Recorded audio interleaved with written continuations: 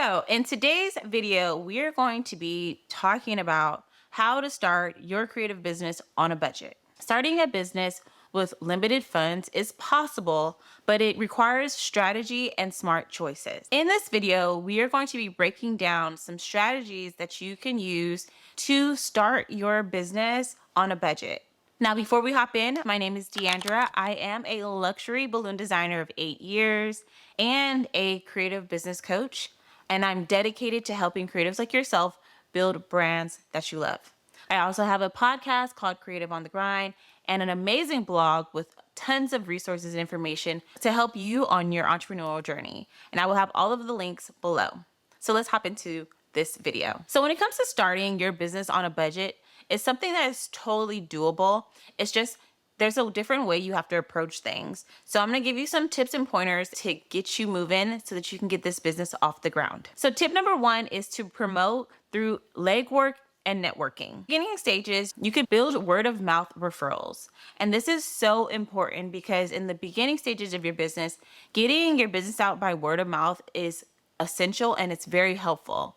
I personally did this in my journey and it worked like a charm. So understanding how to pitch your business and tell people about your business is key. Within that, you have to also strengthen your online presence. And this is just by having a simple, clean, user-friendly website and social media platforms that you can refer people to. So when you're out building, connecting, you have places to send them so that they can check out your business. Also by networking and collaborating.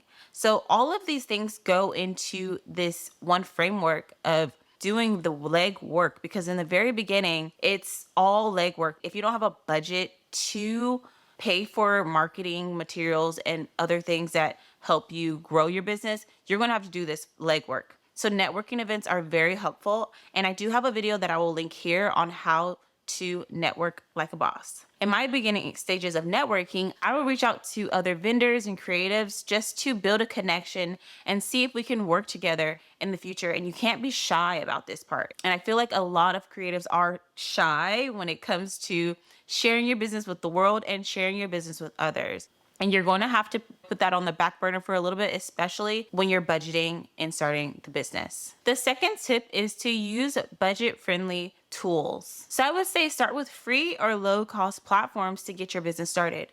There are so many tools online like Google Docs, Notion, Excel to help you get started. And personally, when I didn't really know what I was doing in the beginning of my business, I had Excel spreadsheets. And I know Excel can be a headache at times, but you can do so much with Excel spreadsheets. And on Excel, they have templates that you can use as well. So if you want to do your invoicing on Excel, you could do that. And also all of your expenses and your client tracking can all go into an Excel spreadsheet until you generate the income to start getting paid platforms. Using platforms like Stripe and PayPal is very helpful as well. They do charge processing fees, but you can do your invoicing through those platforms. Now, I'm going to say it is a little bit trickier to navigate and keep track of your payments and sending reminders to your clients, but it's so doable because I did this in the very beginning. Now I use a platform called Honeybook that does everything for me, but it is a investment per month. And if you don't have the budget quite yet, starting somewhere is better than not starting at all. When you're in the building stages, you also need to start building your email list because your email list will help you with your marketing and getting a hold of your customers. Using a platform like MailChimp is great because they give you a free account and you can start sending out emails to your subscribers and build that email marketing strategy from the beginning.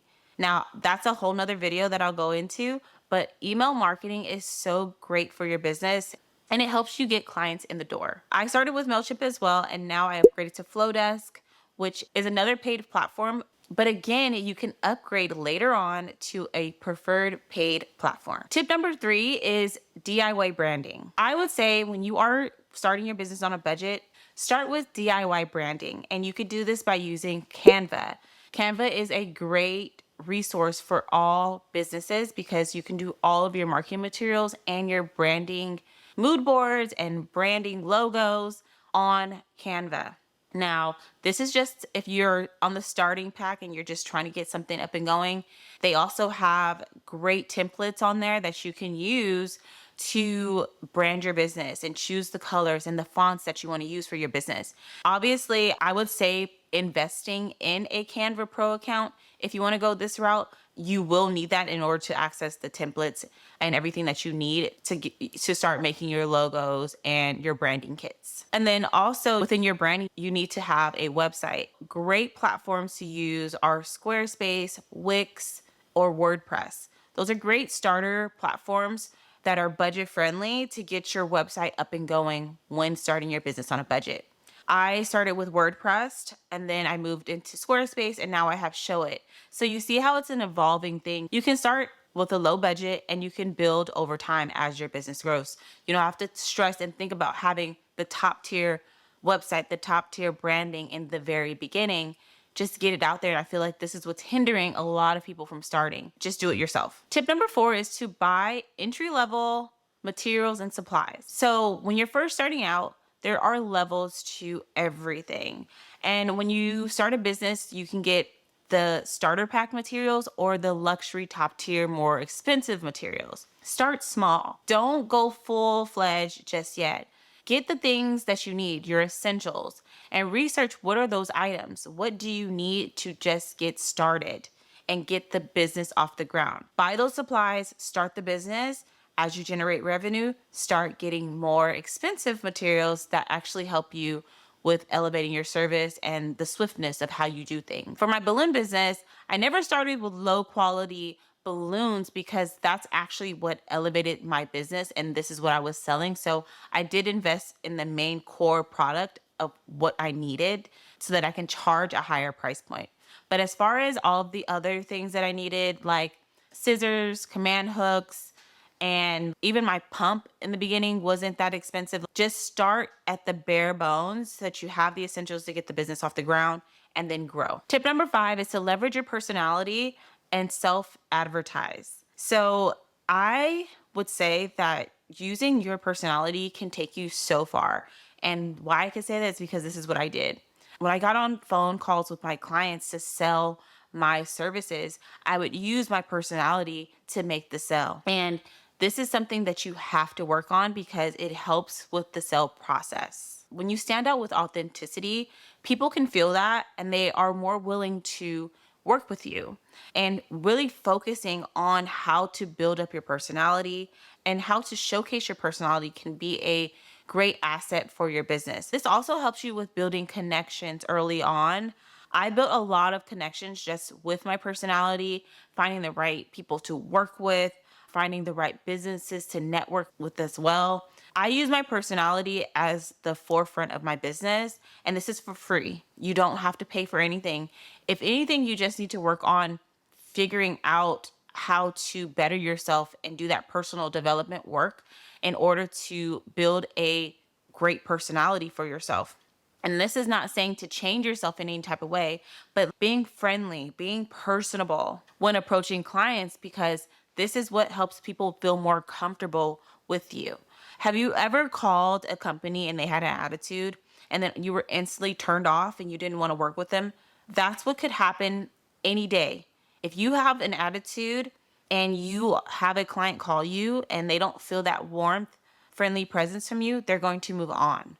So focusing on this aspect and building your personality is crucial. Tip number 6 is to build your portfolio on a budget. This all just goes into using what you have. You don't have to go out and buy everything in the world to make something happen. And if you are in the design world like myself, or if you're a balloon artist or florist, you can use what you got. I had balloons from previous jobs and I had some essentials that I can use to do style shoots just so that I can get some marketing materials for my business and attract the clients that I really want. And I do have a video on how to build a portfolio here if you want to check it out. So what you could do is collaborate with other venues and floral shops, bakeries to get your business off the ground. And this is something that I did as well. I would call these places and just ask if I could display my balloon work in their businesses. But I first built a connection and then went in to seal the deal and see if I can display my work in their businesses. And then also just investing in low cost style shoots and photo shoots. There are sites like Peerspace that have spaces for 25, 30, 40 bucks an hour where you can go in there and take photos of your work and leave. And this is crucial, especially when you want to build an aesthetically pleasing portfolio, because in the beginning stages, sometimes you're not attracting the work that you want to do in the future. So I would say do it on your own terms and create little vignettes to help you build content to attract the clients that you actually want with your portfolio. And tip number 7 is to understand and stick to your budget. First, you have to set a clear budget on how much you want to spend on expenses and materials for your business. This helps you have everything aligned in front of you so that you know how much money is going out and also how much money you need to be bringing in. So if you start a business and let's say you have a $100 budget, make sure that you budget it out. You have 20% for supplies, 10% for marketing, 30% for savings or investments back into the business. Figure out what your budget is going to be and also line item all of the things that you need for your budget. This will help you so that you're not confused and you're also not overspending on things that you don't necessarily need. So it's crucial to also break down your items into needs versus wants. And by doing so, you'll know exactly what you need to get started. And then the wants are things that you can purchase in the future when you start generating that revenue. And every month, look at your expenses versus your actual spending so that you can see how much you are spending and making per month.